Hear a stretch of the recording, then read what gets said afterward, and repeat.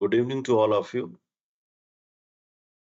In this session, we are going to talk on properties of synthetic aperture radar images, and we will see the different properties of synthetic aperture radar images so that this will give us understanding, a clear understanding for the synthetic aperture radar images that will be used for the data processing and other applications. So it might be possible few slides maybe of the repetition, but these are necessary in the lecture so that I have kept. When we are talking about synthetic aperture radar, so first thing we should note that synthetic aperture radar is a form of radar that is used to create high resolution two-dimensional or three-dimensional representation of the objects which are visible either on the Earth surface, or the same technique is also used for the planetary applications. When we are talking about synthetic aperture radar remote sensing, so this is an active microwave imaging remote sensing technique. It means that we will have to keep in mind that there are passive microwave remote sensing techniques also, and there are non-imaging micro remote sensing techniques also. So here a particular sequence is used for the SAR remote sensing. SAR remote sensing is an imaging active micro remote sensing which works on microwave region of the electromagnetic spectrum, and microwave region of the electromagnetic spectrum is the range in which approximately 1 millimeter to 100 centimeter wavelength range is used in synthetic aperture radar remote sensing. So if you will see here, this is image taken from the book of Lee and Poitier. So in this image, if you will see, the top image is representing the synthetic aperture radar image, and the image which is shown here in the different colors at down. So that is the true color composite multispectral image for the San Francisco area, and the top image is the synthetic aperture radar image for the same area. Now here you can see that in the image which is shown below. So in this image, you are able to get the different color information because the optical multispectral data sets are mainly sensitive to the color properties of the targeted object. Now, when we are coming to the microwave remote sensing or synthetic aperture radar remote sensing, so microwaves are not sensitive to the color information of the targeted object. They are mainly sensitive to the structural and electrical properties of the targeted object. Now here you can see that in the synthetic aperture radar image, SAR image, if you will see that the objects which are visible here, they are based on their backscatter responses, because as you are knowing that SAR sensors are active sensors. They are transmitting electromagnetic pulses toward the Earth's surface, and when those pulses are interacting with the Earth's surface, scattering takes place, and the amount of backscattered signal which is received by the sensor after scattering is used in the imaging. So all the objects which are appearing bright in this image, so for those we can say that high backscatter amount is received. Now all the locations for which we are getting dark values or darkness are seen here.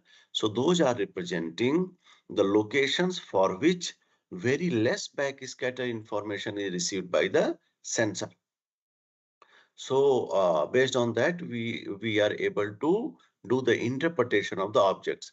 Like here, if you will see, this is an area which you can think like a park in which grasslands and trees are there. So now for this area, what we are going to see that neither very bright backscatter, not very dark backscatter is obtained in the SAR imagery. Here we can see that moderately bright or moderately dark.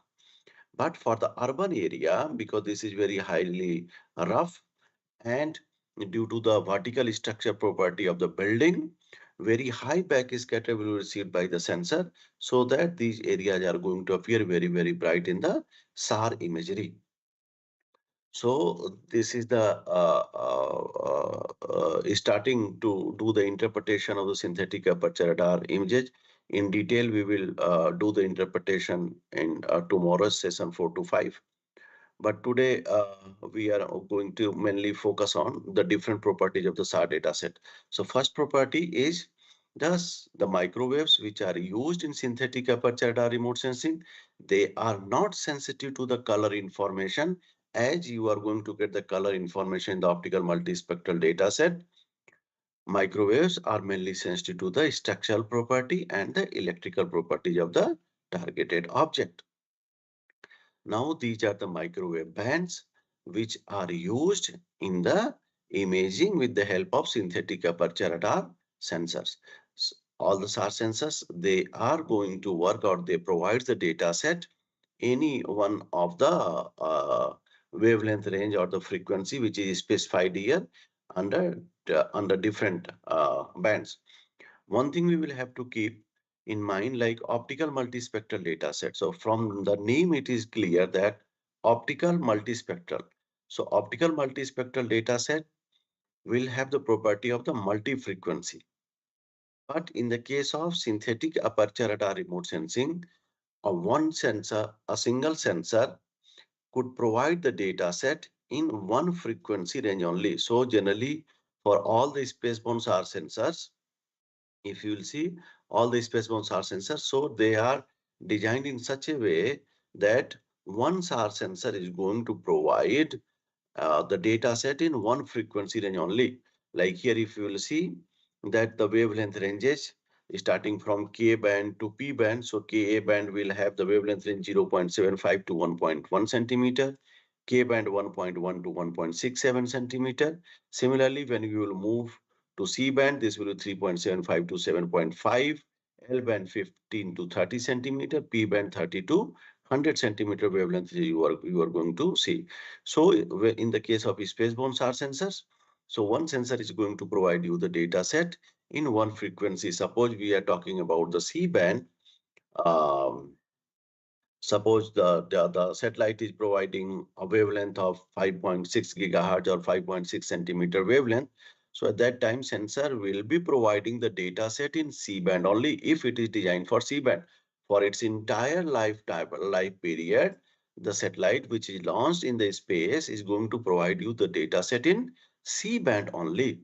So this is the another property, like SAR sensors are highly monochromatic, they are going to provide you the data set in single frequency range only.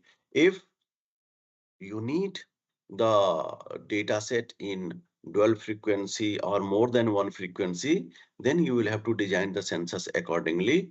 But in the case of spaceborne SAR sensors, one sensor is going to provide you the data set in one frequency range only. An ISR mission, the probable launch date of an ISR mission is 30th July, so of 2025. So that will be the first mission for Earth observation, which is going to provide you the data set in dual frequency range, L band and S band.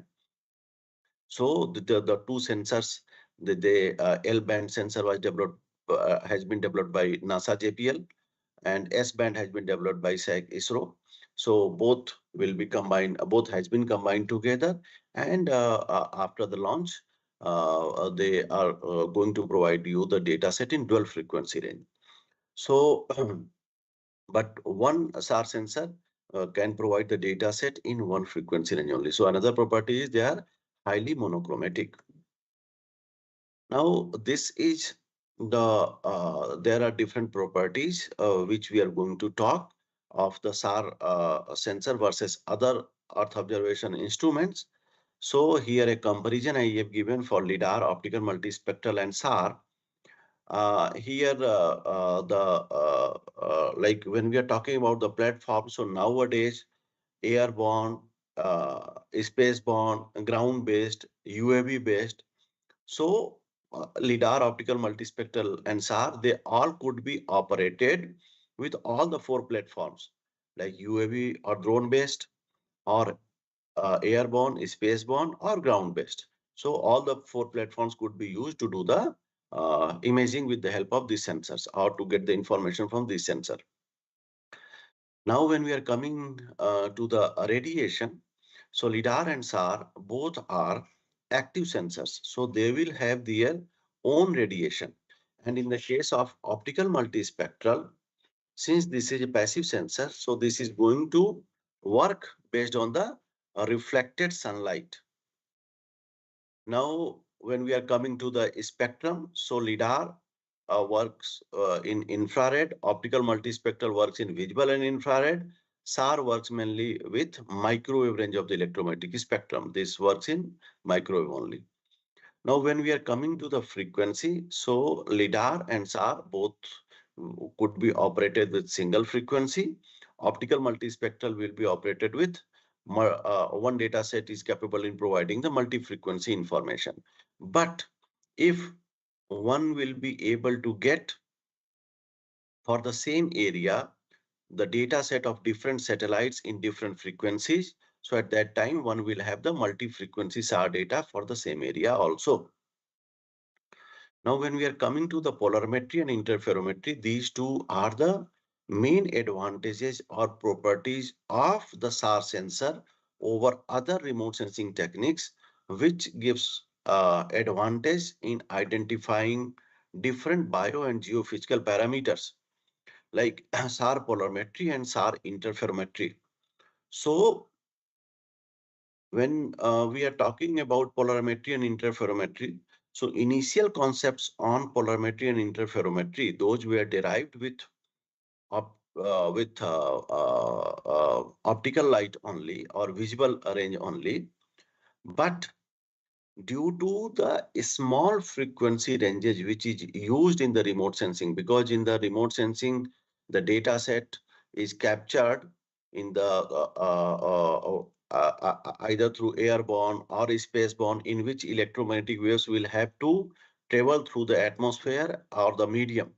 So at that time it will become difficult to preserve the polarimetric phase and interferometric phase with the small wavelength data set. Because a small wavelength data set, it might be possible, like in the case of LIDAR and optical multispectral, the the wavelength is in micrometer or nanometer. So this will be affected by the atmospheric dust particle or the gas or the gaseous particle. So at that time, in the case of synthetic aperture radar, since the wavelength ranges which are used here, those are very large in comparison to optical multispectral data set, like in centimeters, 3 centimeter, 5 centimeter, 50 centimeter, till 100 centimeter. So those wavelength ranges are very large in comparison to atmospheric dust particle or the gaseous particle. So they are not going to affect the noise in the phase of the electromagnetic wave. So polarimetry and interferometry could be easily implemented in the case of synthetic aperture radar remote sensing. And there are different applications also. How to do the visualization, we will cover it tomorrow. In the case of SAR, and some examples we will take of SAR polarimetry also, and then SAR interferometry. Now, when we are talking about the acquisition time, so LIDAR and SAR both are active sensors. So they both could be operated in day and night, both the time periods. And optical multispectral, this could be operated in daytime only. Now, when we are coming to the weather, so LIDAR sensors data as well as the optical multispectral sensors data, both could be blocked by the cloud because the the wavelength which is used that could not pass through the atmospheric cloud. So we will not have any information of the Earth's surface. But even in the cloudy situation, when the SAR sensors will be operated, so what will happen? SAR sensors, when they will be operated, so the microwaves, they can be, because their wavelength is in centimeters, so they can pass through the atmospheric cloud cover and they can provide the information of the Earth's surface after the backscatter process. Now, radar geometry, when I had joined this class, so I had seen that some things related to radar geometry was covered. But here, I would also like to tell something related to that. Because here we will have to talk about the range Doppler terrain correction and ortho rectification, so that may require the information on the on the effect of shape of the Earth curvature on the radar geometry. So when we will be talking about the radar geometry, so here you can see that this I have taken from the book of Remote Sensing of Environment, second edition of J.R. Jensen. So here, this is an example of airborne synthetic aperture radar remote sensing. So here you can see that the direction in which SAR sensor is moving, that direction is known as the azimuth direction or flight direction. And a line which is perpendicularly joining the surface, this is the virtual line, and the point at which it will be joining, that will be known as the nadir point. Now we will have to keep in our mind that all the SAR sensors are side looking radar sensors. They will transmit the electromagnetic pulses either in the left direction or in the right direction of the sensor. Now here in this case you can see that the azimuth direction or the forward direction is here represented by this arrow. It means that the sensor is transmitting the electromagnetic pulses in the left direction. In this case, sensor is the left looking synthetic aperture radar sensor. Now, the area which is illuminated by the because our sensor is going to transmit the electromagnetic pulses, and a portion of the Earth's surface will be illuminated by the electromagnetic pulses which will be transmitted by the sensor, or the microwaves transmitted by the sensor. Now, suppose this area is represented here graphically.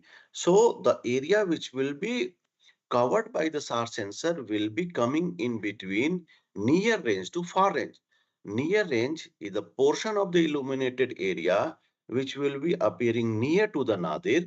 So that will be known as the near range. And the farthest point of the illuminated portion from the nadir will be known as the far range. Now, if you will see here, when the electromagnetic waves, when they are hitting the surface, so this is the incident electromagnetic wave. This will be known as incident electromagnetic wave. When the incident electromagnetic wave will hit the surface, and when we will draw a normal to the surface where the electromagnetic wave incident on the surface. So the angle between the normal and the incident electromagnetic wave will be known as the angle of incidence. Now, when you will move from near range to far range, so there will be increase in the angle of incidence. Means angle of incidence is going to increase from near range to far range. In near range, angle of incidence will be minimum. Minimum means like in the case of space-borne synthetic aperture radar sensor. So here you can see that within 1 degree or within 1.5 degree, entire swath of 50 to 100 kilometer could be covered. You can imagine it from the geometry of the SAR sensor, because the sensor will be imaging the area approximately from 600 or 400 to 800 or 1000 kilometer away from the surface. So from that altitude, within 1 degree or 1.5 degree, entire swath could be covered from the near range to far range. But in the case of airborne SAR sensor, the very high variation, like the range from near to far range or difference from near to far range angle of incidence will be very high because altitude is less. Now, here we will have to keep in our mind that the two directions. One direction is the azimuth direction, the direction in which aircraft or the sensor is moving in the forward direction. And another direction is the range direction, the direction in which SAR sensor is transmitting electromagnetic pulses, that is known as the range direction. Now, why these angles are important? Because when we are processing the SAR data set, then The input of this angle of incidences are used to do the radiometric normalization or calibration of the SAR data set. Now, if you will see here in this diagram, here you can see that there are different angles shown here, like near range grazing angle, near range incidence angle, as well as look angle and the depression angle. So here you can see that we have seen that angle of incidence is the angle which is used here. So in this here you can see that it is represented by theta n, near range incidence angle is represented by theta n. Now if you have the information of theta n, and if the altitude is less, altitude of the sensor, like flying height is less, suppose this is airborne SAR sensor. So at that time, this theta n may be equals to alpha n. Okay, alpha is representing the look angle. Look angle is the angle by which SAR sensor is looking or transmitting the electromagnetic pulses. So here you can see that this is the look angle. Now, alpha f, sorry, it should be extended till here. Alpha f is representing the look angle for the far range. So here you can see that in the case of airborne SAR sensors, alpha n will be exactly equals to theta n or nearly equal to the theta n. And if any one angle is known, all the other angles could be retrieved. Like suppose alpha n, or you can say look angle is known for the airborne sensor. So one can easily measure the theta n, because for the airborne sensors, or if the flight height is less, they should both will be equal. Now, in the case of if anyone is interested in knowing the grazing angle, so grazing angle will be exactly equal to the 90° minus angle of incidence. So this angle could also be known. Some of us in some places in the Rayleigh surface roughness criteria, you may have seen the angle which is used, that is depression angle. So depression angle is simply angle 90° minus look angle will be the depression angle. So like this information is required of the SAR sensor when you are interested in processing the SAR data set. Um, but nowadays softwares are capable. So most of the time people do not require this information. But if any new sensor has been launched for which the data format and all the information has not been given in the softwares, not have been included in the software. So at that time you need to know these parameters to process the SAR data set. Now when we are coming to the spaceborne SAR geometry, in the previous case we have seen for the airborne sensor. Now, the detailed information you can go with this book on spaceborne synthetic aperture radar remote sensing techniques and application, in which first chapter is there, synthetic aperture radar remote sensing. From that book, I took this image. So in this image here, you can see that the angle alpha, which is represented as angle of look angle, and theta is angle of incidence. So but here you can see that when the altitude is very, very high, 400 to 800, so at that time, the surface is not going to appear flat. At that time, curvature of our surface is also going to play its a role, particularly in angle of incidence measurement. So here now at that time, the angle of incidence theta could be measured with the help of RE. RE is the radius of the Earth surface, plus H is representing the platform height, multiplied by sine of angle of, sine of look angle, and divided by RE.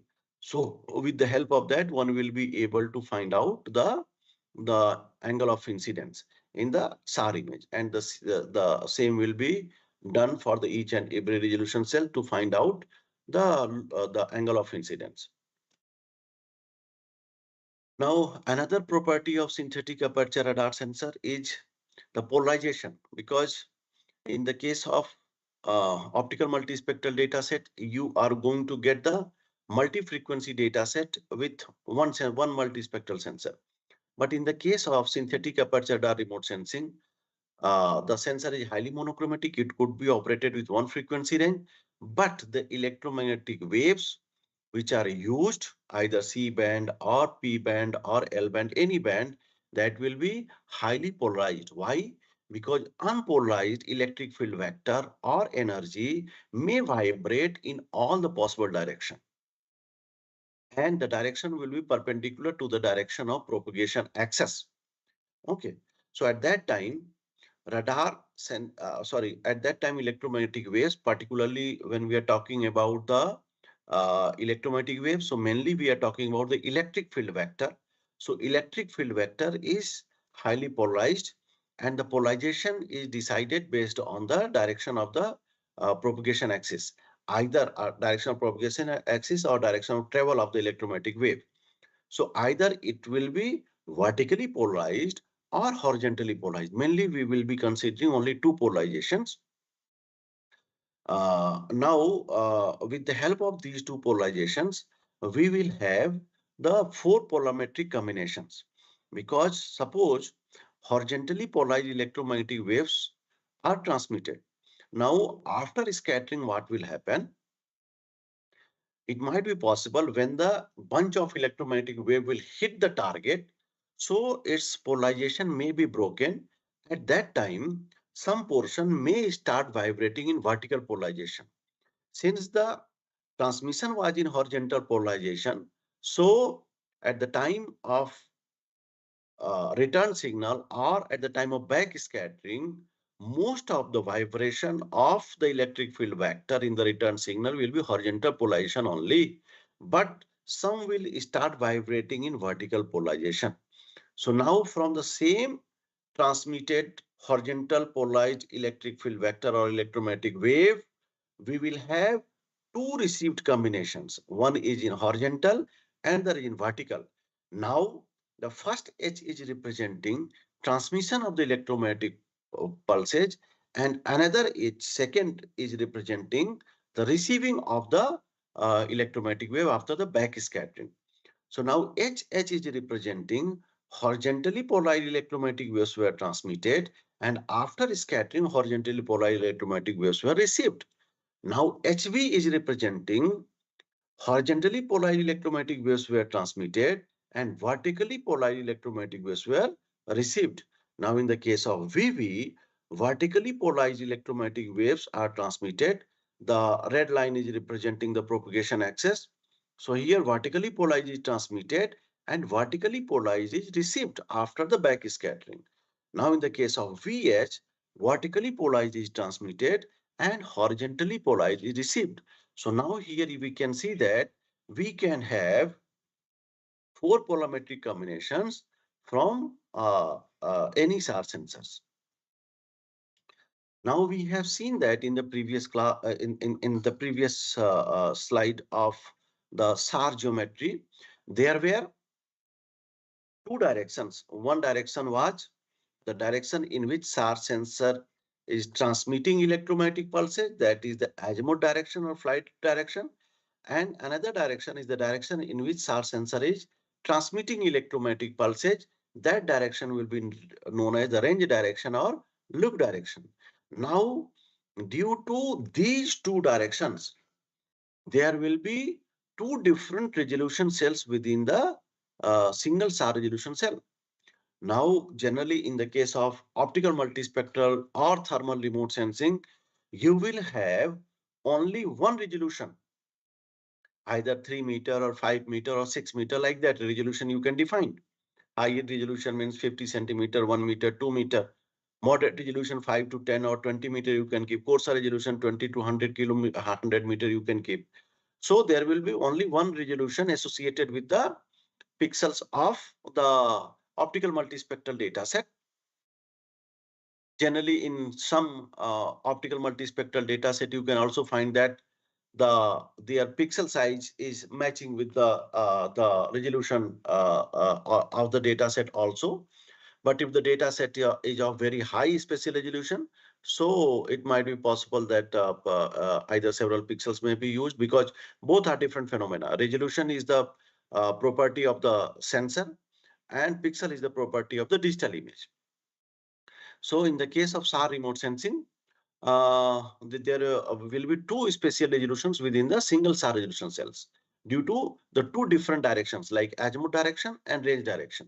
So those resolutions have been named here as azimuth resolution and range resolution. So azimuth resolution that describes the capability of the SAR sensor to distinguish two closely spaced objects in the azimuth direction, or in the direction parallel to the motion vector of the sensor. Now, range resolution is the capability of the sensor to distinguish two closely spaced objects with the help of their echoes in the range direction, or the direction in which our sensor is transmitting electromagnetic pulses. Now, this we can understand with this graphical diagram.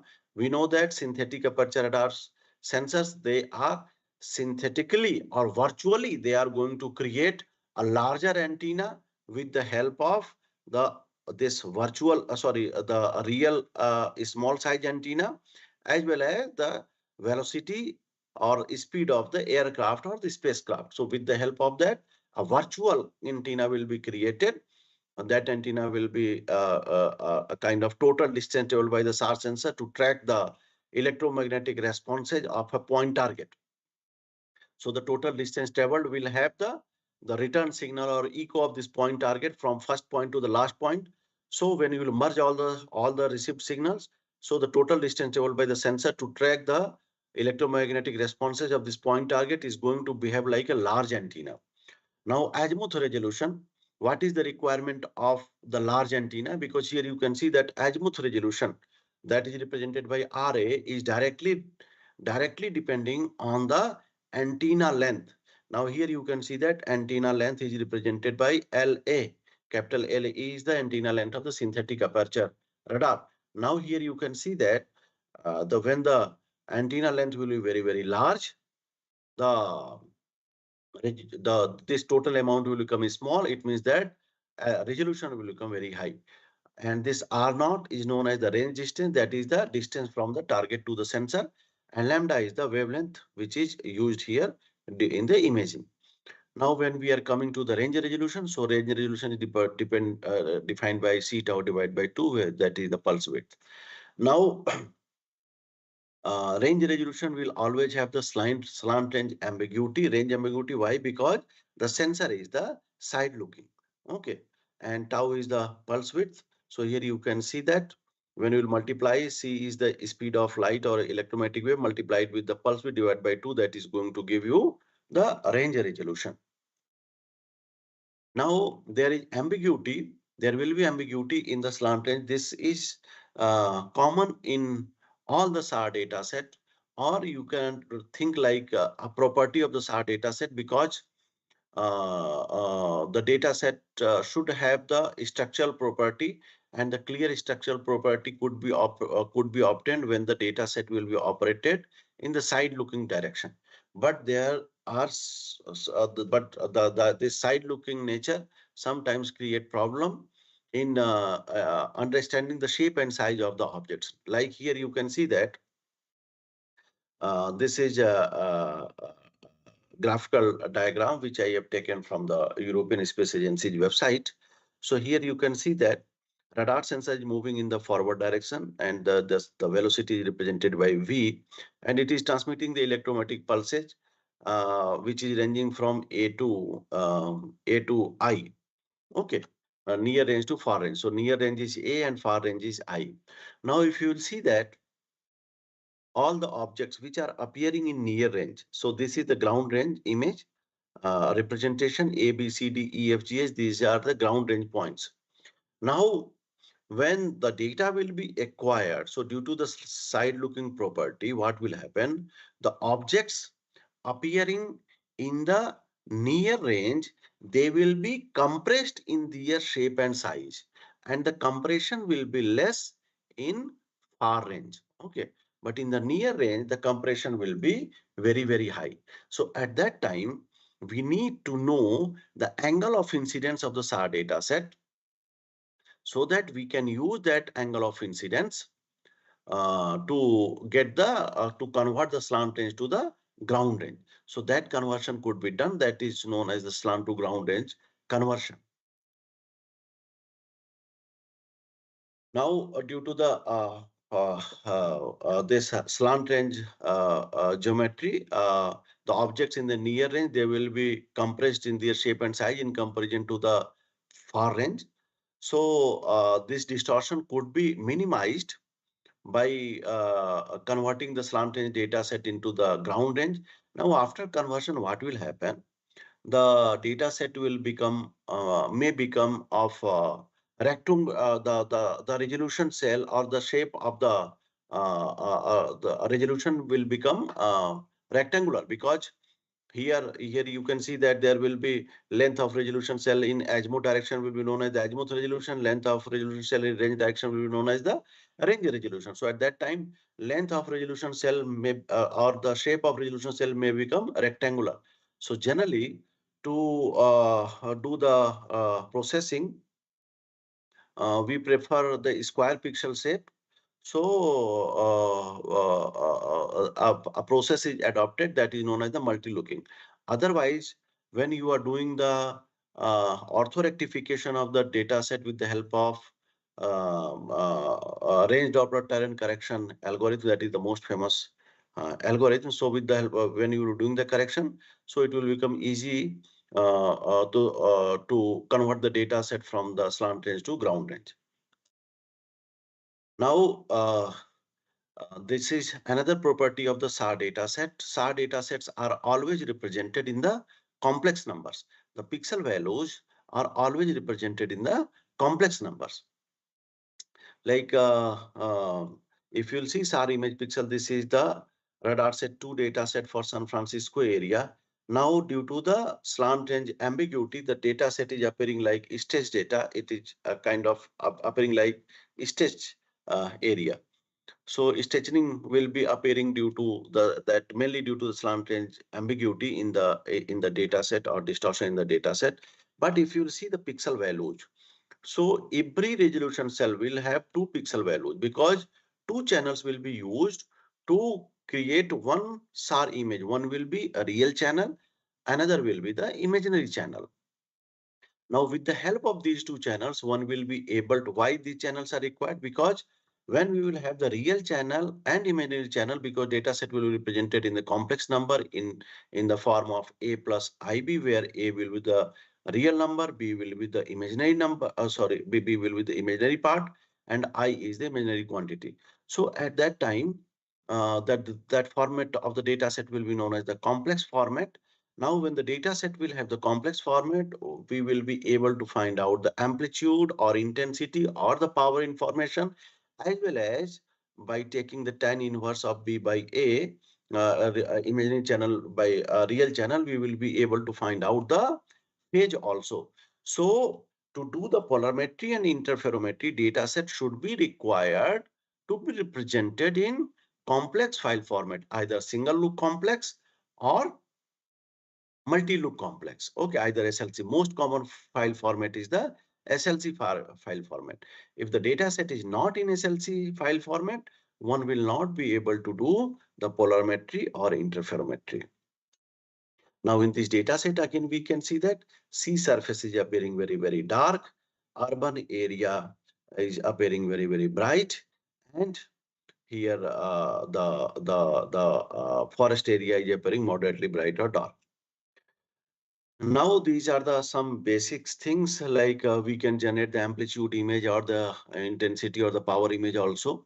So suppose we will have the dual polarizer of the SAR data sets, then it means that every polarization will have one pair of channel. If this is dual polarization, so there will be two pair of channels. If it is quad pole data set, so it will have the four pair of channels. Each pair, each will have the one real and the one imaginary channel. So with the help of that, one will be able to generate the amplitude, because amplitude will be equals to square root of real component plus square of imaginary component. With the help of that, one will be able to generate the amplitude image, because several times when one will be interested in doing the normal image interpretation. So the normal image interpretation, one can feel better to do the interpretation with amplitude or the intensity or the power data set. Intensity or power data set is simply square of the amplitude. So like in the previous case, amplitude we have measured square of real channel and square of imaginary channel. So here what will have? So power will be square of amplitude, or you can say the real channel square plus imaginary channel square. But when we are generating the power or amplitude data set, so at that time the data set will lose its complex property, and it will be converted to either intensity or the power values. Now here you can see that multi-looking was performed, and now here you can see that after performing multi-looking, there is radiometric enhancement, because in the multi-looking, the neighboring pixels are used to generate the square pixel shape. So here for the radar set 2 data set of San Francisco area, here the data set was SLC. Now when it was multi-looked, so now we are able to do the clear visualization of the feature. If one will be interested, they can zoom the area and they can see the exact back scatter obtained after the scattering from the targeted objects. So they can do the visualization based on the back scatter responses of the object and the back scatter responses which are received by the SAR sensor. Now, in the SAR dataset, due to the interference of a complete definition is written here, due to the interference of the return signals, it might be possible that if the signal will be interfere constructively, so what will happen? Those are going to appear as noise in the bright values, and the locations where they will interfering destructively, so those will be appearing dark. But mainly we are getting the problem from the speckle filter, which are obtained from the obtained through the constructive interference. Why I am saying? Because in a SAR data set, you are getting a noise. So to say that in this data set it is noise, you should select those areas for which you can easily understand that there is noise in the data set. Because suppose you are doing the interpretation of urban area and you are saying that there is noise in the data set, then it will become very difficult to prove, like here this is urban area. So it will become difficult to prove that there is noise in the data set. Okay, salt and pepper effect we are able to say. Why? Because high backscatter may also be obtained due to the structural property of the targeted object. So it will become very difficult to say that there is noise. But we know that there are certain locations, like if you will see this water body. So what will happen when the electromagnetic waves transmitted by the sensor, they will hit this water body. Water body is perfectly smooth surface. Most of the amount will be reflected away from the direction of the sensor. So sensor is going to receive very less backscatter or negligible backscatter, so that what will happen? Those objects are going to appear darker in the image. Now you know that water body should appear dark in the water body is going to appear darker in the SAR data set. Okay, due to the specular reflection property. But suppose uh, due to some regions, if in the return signal there are constructive interference and due to that there is noise, so now here you can see that in this water body we are going to see the noise. This is the TerraSAR-X dataset, high spatial resolution spotlight mode dataset, which is acquired for the Vishakhapatnam area, because our sensors could be operated in steep map mode, spotlight mode, and ScanSAR mode. So this is the spotlight mode VB polarization data set. So here we are getting the noise in the water body. So there are several speckle filtering techniques. Most of the speckle filters are low pass filters, but some adaptive filtering approaches are also there, and people are also working on this like if you are using the tools, so these are kind of operational tools, but now people are also working on the development of the speckle filtering approaches, so that because in speckle filtering there will be kind of smoothing on the SAR data set. So due to the smoothing, there is chances to lose the actual backscatter responses contributed by the objects.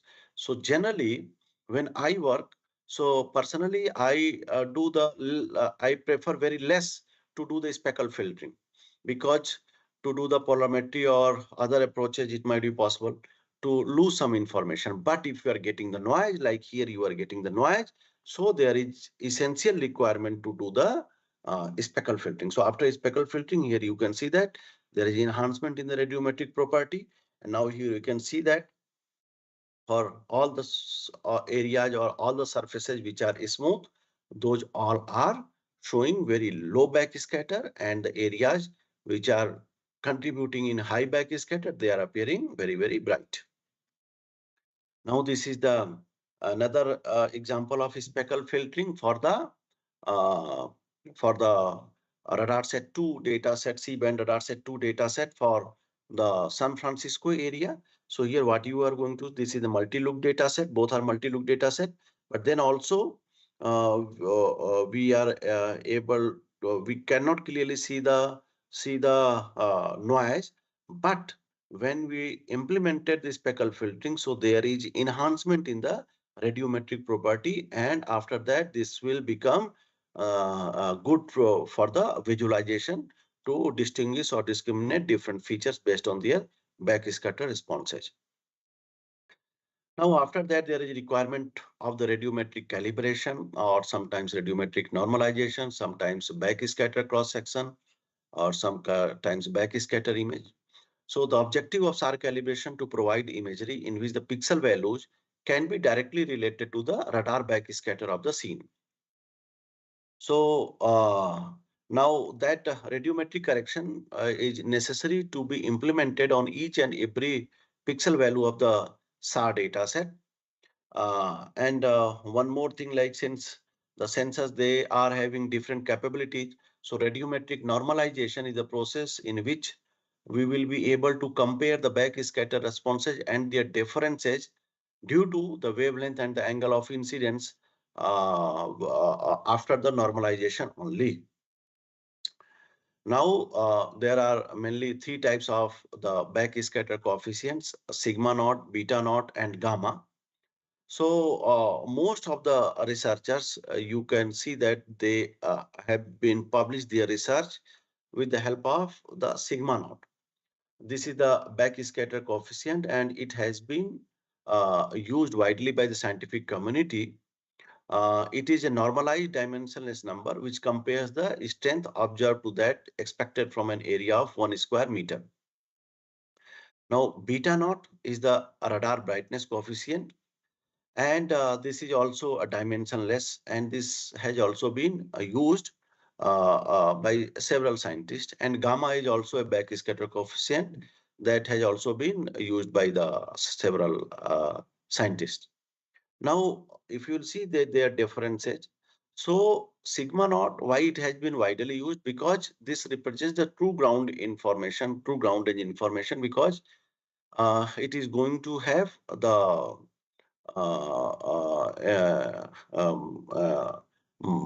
information in backscatter coefficient generation with the help of angle of incidence.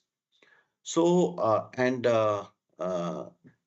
when the beta naught will be multiplied by sine of angle of incidence, so this will become the sigma naught. Gamma naught will be when this will be weighted by the sigma naught will be weighted by the cosine of the angle of incidence, that will become the gamma naught. So several people, they have been used, but widely and scientifically sigma naught has been widely used. Now, to do the calibration or the backscatter coefficient generation, like radiometric calibration, so we need the calibration constant. So calibration constant, when the information of calibration constant will be available, then only we will be able to do the backscatter coefficient generation or the radiometric normalization. So this the one simplest approach here I am going to show you here. So to do the calibration constant, to measure the calibration constant is generally these are implemented with the help of the active or passive reflectors, either active transponders or passive corner reflector. So trihedral triangular trihedral corner reflector or dihedral corner reflector, any could be used to measure this calibration constant. So all the space agency, this is the responsibility of agency, space agencies to provide the calibration constant information so that and the calibration formula also, so that the data set could be normalized. So here K is representing K will be calculated using IP multiplied by PAGR sin alpha divided by sigma, where IP is representing the backscatter corrected intensity of the target. Sorry, background corrected. Background corrected means generally if there will be any contribution in the backscattering due to the background, because generally the target which we are talking, that will be the trihedral or dihedral corner reflector. So we need only the back scatter contributed by that target, either or you can say by the reflector only. And PAGI is representing the ground range pixel area, and alpha is representing the angle of incidence at the target location. And sigma is representing the radar cross section for the particular target. So at that time, what will happen? One will be able to measure the calibration constant. Now, when the calibration constant is measured, so either the agencies can provide the calibration formula, or one can also calculate the sigma naught by implementing the formula shown here, dnij divided by k multiplied by 1 divided by j theta ij square, rij divided by r reference, and sine alpha ij.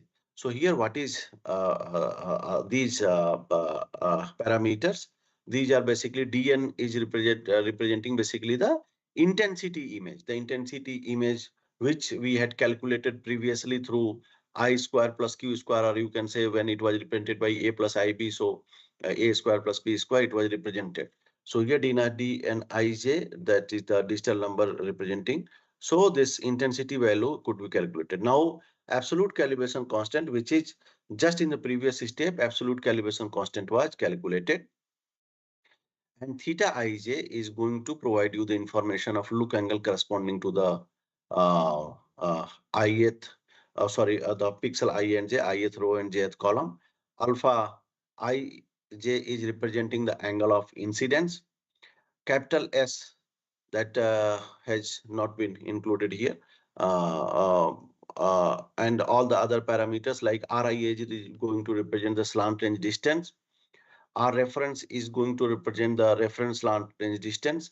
And if the two-way antenna, again, that is represented G theta, if these are known, so one will be able to calculate the back scatter cross section. So generally, the formula is provided by agencies, and these are incorporated in the software so that one will be able to calculate it easily. Now this is the back scatter cross section at dB scale. Actually, dB scale, the previous formula which you are going to see, that is the linear scale. So linear scale values will be ranging from 0 to 1. That is the main purpose of the normalization. Like for any wavelength data set, after radiometric normalization, values will be ranging from 0 to 1. But those values are very small to differentiate or distinguish, so that and those are representative of the power ratio of the uh, uh, uh, transmitted received signal divided by the transmitted signal. Finally, back scatter cross section will be representative of the ratio of the received signal by the transmitted signal. So received signal in all the cases, received signal should be less than the transmitted signal, because it will be equal if there will be 100% efficiency or 100% return. But there must be some loss of the signal due to the this back scattering phenomena and process. So that is not going to be exactly equal or greater than that. So that the value ranges will be in between 0 to 1. Now, there is a decibel scale, because generally this is the power ratios. They are represented at decibel scale. Decibel scale is basically 10 log base 10. So when that will be implemented, so the image back scatter image will be generated at dB scale. Now here you can see that different polarimetric images, they are having the different kind of information. In tomorrow's lecture, we will go in more detail uh, about the interpretation of the different features. Now we are going to know about some terminologies which are used in SAR data processing, particularly when we are talking about the raw data processing. Okay, so high resolution SAR data sets are created by utilizing by synthesizing a large antenna from the actual small antenna size. And this motion of the aircraft or spacecraft introduces a Doppler effect, because when the sensor will be moving towards the object, so the intensity of the signal will be increasing, of the return signal will be increasing, and when the sensor will be going away from the target, then at that time the intensity will be decreasing.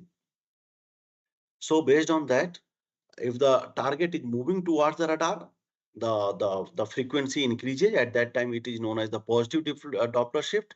And if the target is moving away, the frequency decreases. That is named as the negative Doppler shift. Now, in the SAR data processing, Doppler shift information is essentially required to generate the high spatial resolution images. Okay. Now, by analyzing the Doppler frequencies of the returning signal, SAR can determine the location and velocity of the target. Now, there is a few more terminologies like Doppler and squint. So, here squint refers to the angle between the radar beam's direction and the direction perpendicular to the platform's flight path. That is, this will be known as the squint. Now here Doppler when we are talking, so this is representing the frequency shift of the radar signal caused by the relative motion between the radar and the target. Now one terminology is also there, zero Doppler.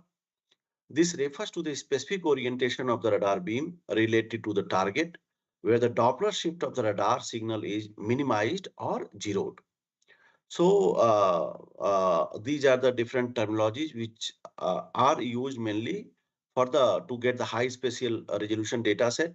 Sometimes the squint is used particularly to get the high spatial resolution data set in the spotlight mode data set. This information is essentially required for processing the spotlight mode data set.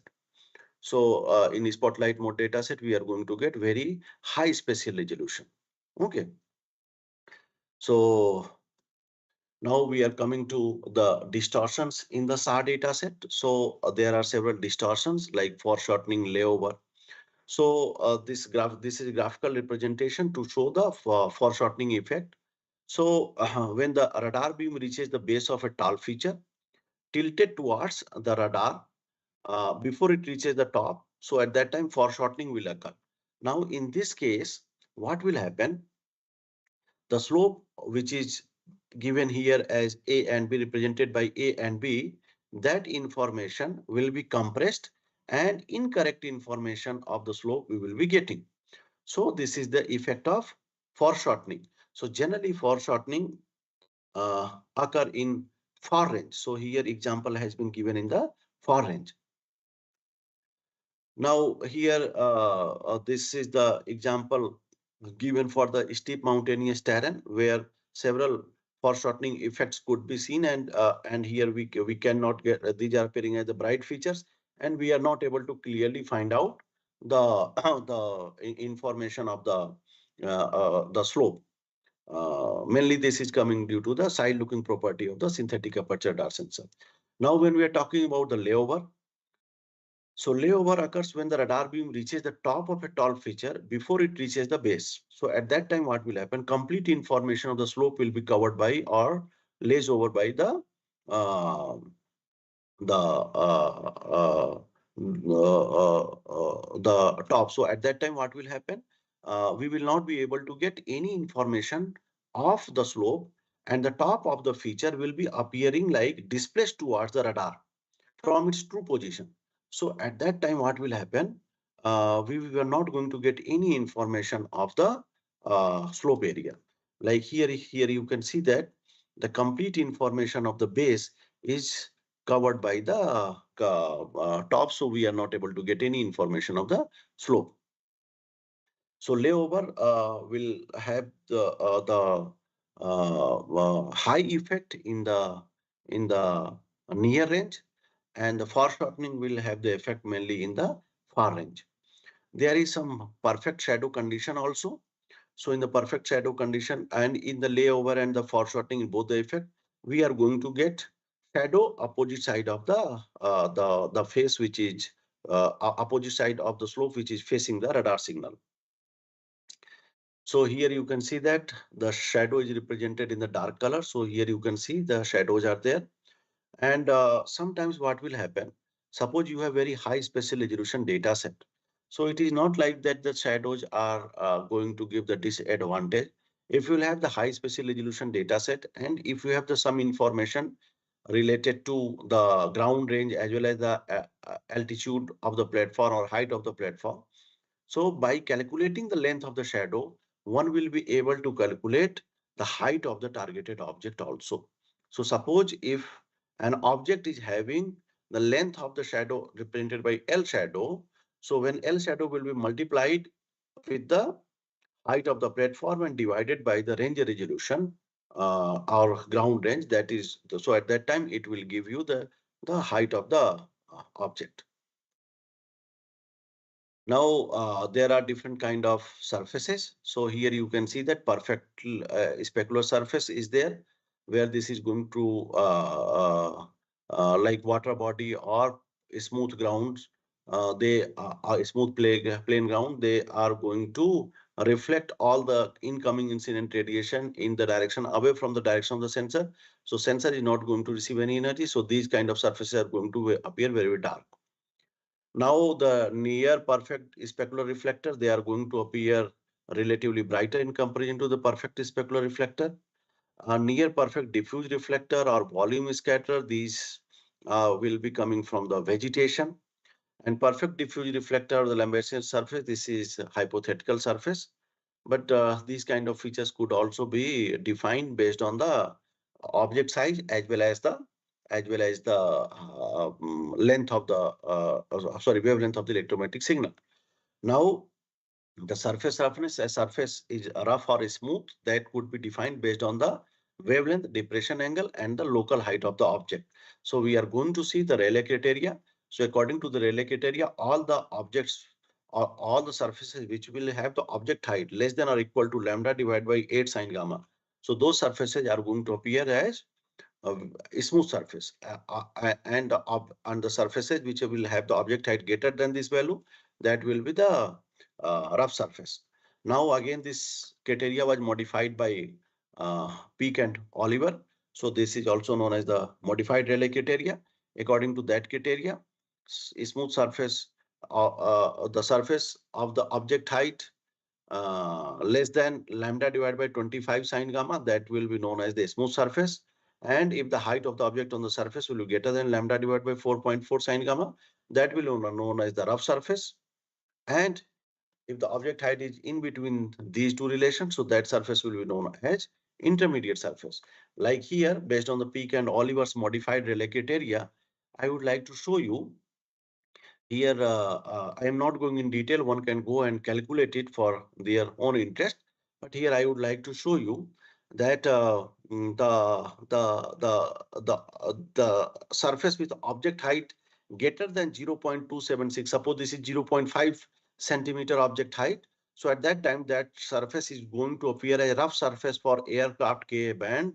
But that 0.5 centimeter object height surface will behave like a smooth surface for CSAT L band with lambda is equal to 23.5 centimeter and gamma equal to 70 degree. Why? Because surface roughness criteria will be like if the object height will be greater than 5.68 centimeter, then only that surface will be known as the considered as rough surface. So here you can see that everything is depending on the wavelength, depression angle, and the height of the object. Because here you can see that the surface which is going to appear as rough surface for one combination of the SAR data set may appear as a smooth surface for another combination of the SAR data set. Now radar backscatter angle of incidence in the previous lecture, this is related to that also. Like in the backscatter, if you will see in the near range, high backscatter amount will be received, and in the far range, less backscatter information will be received. And the same is represented here also. When the surface will be rough, more backscatter will be there, and more backscatter information will be received by the sensor. Even if the surface is having similar kind of roughness, then at that time also the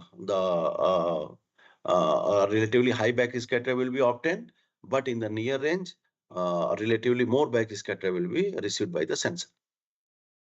Now this is the effect of the local incidence angle. Like you can see that effect of terrain. Now when the terrain is undulating, suppose this is mountainous terrain. So here you can see that when angle of incidence is middle and here is small, large and middle. So here you can see that the location where angle of incidence is small. When angle of incidence is small, so high backscatter is received. And when the angle of incidence is large, so low backscatter is received. And when it is moderate, again, in comparison to the very small angle of incidence, lower backscatter will be received from the this middle angle of incidence. Accordingly, we will get for the same feature, we will get the moderately dark, dark, bright, and the moderately bright object, moderately bright backscatter response. Now here you can see that radar return. So radar return when there will be diffuse reflection, reflectance or scattering, some kinds of such. If this is vegetation, so entire volume of the object may contribute in the scattering. So that may be known as the volumetric scattering also. So this will be appearing moderately bright or moderately dark. But in the case of a specular reflector surface like a smooth surface or water body, whatever the information transmitted by a sensor, entire information is going away from the sensor. So these kind of objects are going to appear very dark. But in the case of urban area, here you can see SAR sensor is transmitting electromagnetic pulses. It is hitting the smooth surface. Now, again in the nearby location, if the vertical wall of the building is there, it will hit the building, and again entire information will be redirected in the direction of the sensor. So what will happen? The backscatter responses from the building will be very high in comparison to these two features. Now we are going to talk about the terrain correction. So like this is the SLC data, this is the data set with slant range ambiguity. There are set two data sets C-band for the Doon Valley Forest Ranges area. Here the you can see in the holy river Ganga is appearing as linear feature in the dark color here because water is specular surface and this is going to appear very dark in the SAR imagery because very less backscatter will be received by the sensor for this feature after scattering, after backscattering. And this is the Jolly Grant city. This is going to appear relatively brighter, and this is the Jolly Grant airport. Now, this data set will have the slant range ambiguity, and we are not able to clearly identify or to do the interpretation based on the backscatter values. We are not able to do. So at that time, what will happen? There will be need or requirement to do the ortho rectification of the data set or the correction of the data set. So at that time, we need the external digital elevation model so that based on that we can calculate the slope, and based on the SAR metadata information for the SAR geometry, one will be able to find out the local angle of incidence, and finally that will be used in calculating it, and the actual position of the object will be calculated, and it will be represented by with their the normalized backscatter response rate that will be calculated based on the actual angle of incidence or the local angle of incidence. So the ortho rectification that involves the range Doppler terrain correction. So here you can see that due to the topographic variation, mainly it will be essentially required when the terrain is undulating. So at that time, the SAR data set or the image that could not be directly linked with the ground situation, because the image data not linked directly at the sensor's nadir location will have some distortion. And because this is not the nadir looking, this is side looking, and that distortion may create problem when you will do the interpretation. So there will be this algorithm range Doppler time correction. So here the geometry of the topographical distortion in SAR imagery is shown below. So in the image here, you can see that if you will see, you can see the point B with elevation H. So it is the point B is having elevation H above the ellipsoid. Now in the image, it is positioned at B dash in the SAR image, but its actual real position is B double dash. So here you can see that this much offset, delta R offset, occurred due to this positional variation, and that could be coming due to the effect of the topographic distortion. Now the terrain correction allows geometric overlays of data from the different sensor or from the different geometry. So after correction, one will be able to clearly identify, like this is the radar set 2 fully polarimetric quad pole SAR data set. So in this animation, you can see that the two positions were identified, and those positions are now correctly located in the SAR dataset when this was overlaid, SAR dataset was overlaid on the Google Earth. So the terrain correction allowed us to to identify the actual location of the target in the image, but that requires the external DEM. In this processing, we used 1 arc second DEM approximately of 30 meter to do the processing of the SAR dataset. Oh, thank you for attending the lecture.